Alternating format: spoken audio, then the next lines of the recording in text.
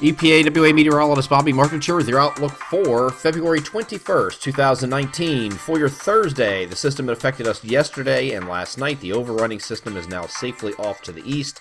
So we're going to have plenty of clouds this morning, giving way to sun this afternoon. Will become a partly cloudy day, much milder. So a lot of that slop that we had and ice and snow and whatever else fell will be melting today. And in big chunks. Not all of it. In some of those areas, you got more snow, but we'll have a good deal of it melting off today, with temperatures getting up into the 50s in some locations today.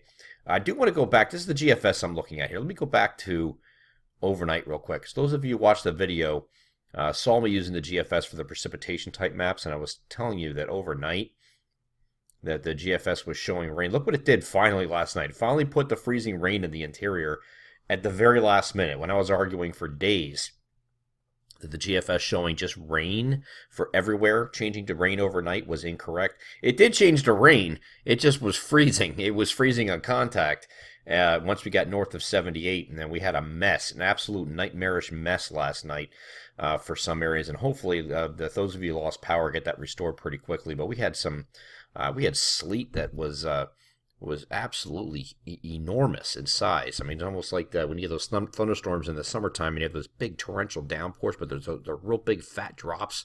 Well, they were falling as sleet, frozen completely in parts of central PA last night, so it was crazy.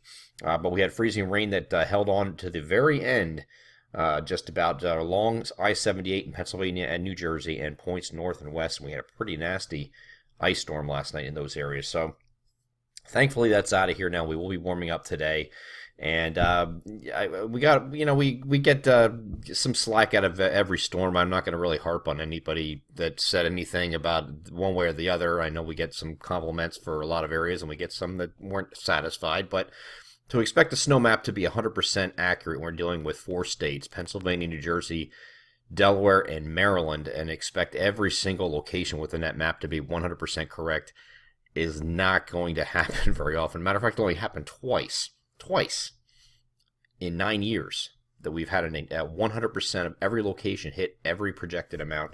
The area that got shafted this time was the Lehigh Valley, Southern Poconos, and parts of western New Jersey, right in here. This is the areas that were low out of that entire area. So as a whole, we didn't do bad.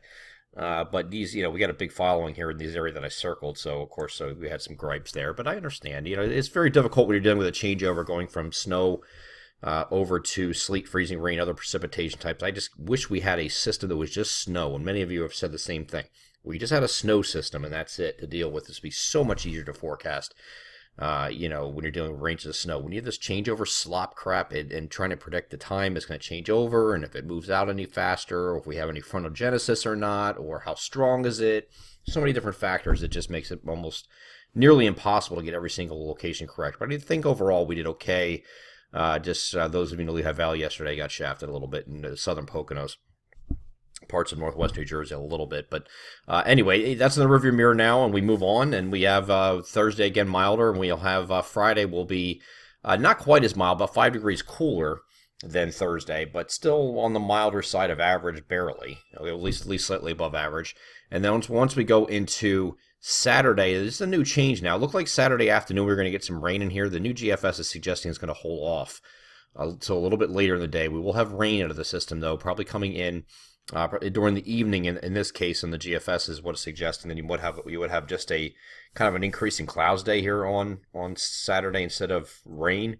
But we're not going to take that out of the forecast. We're still going to have rain in the afternoon, or PM showers we'll put in the forecast, but that could end up being evening, not necessarily afternoon, if the GFS is correct.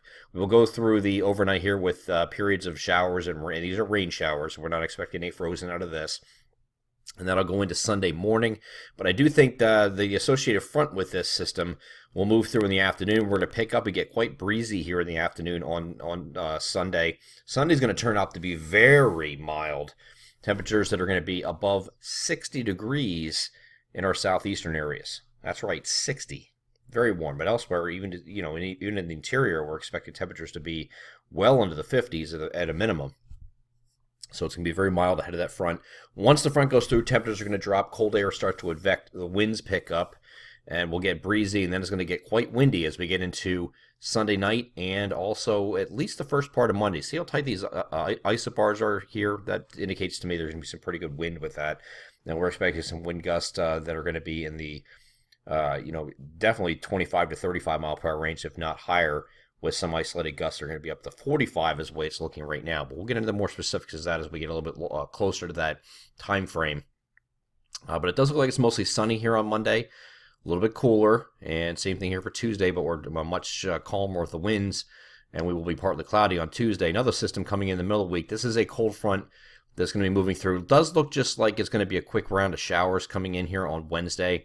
There are some models indicating there might be a rain-snow mix or something like that with that too. We just don't want to give up on that yet, so we're going to list both for now since we're talking about 7 days ahead. But this does look like just a cold front coming through. Behind this is going to bring some cold air that's going to seep into our region and stick with us, I think. This is now looking at next Wednesday. Next Wednesday is the 27th, okay? I think from the 28th through at least the first week of March, maybe the first 10 days of March, we're going to be colder than average. And I don't think we're quite done with the wintry systems here. We have a couple threats coming in that time frame between the 28th of, well, not the 20th of February, it should be okay there, but the beginning of March all the way up to about the 10th, and I think you have a window there of something, maybe 1 or 2 systems to deal with. After that, we turn the page to spring, it looks like, and we never look back in that week between, somewhere it's going to flip between the week of the 11th and 17th of March to above average temperatures, and then we get into spring mode and don't look back. I'm EPAWA meteorologist Bobby Marcher, so that is your outlook for February 21st, 2019. Have a great Thursday.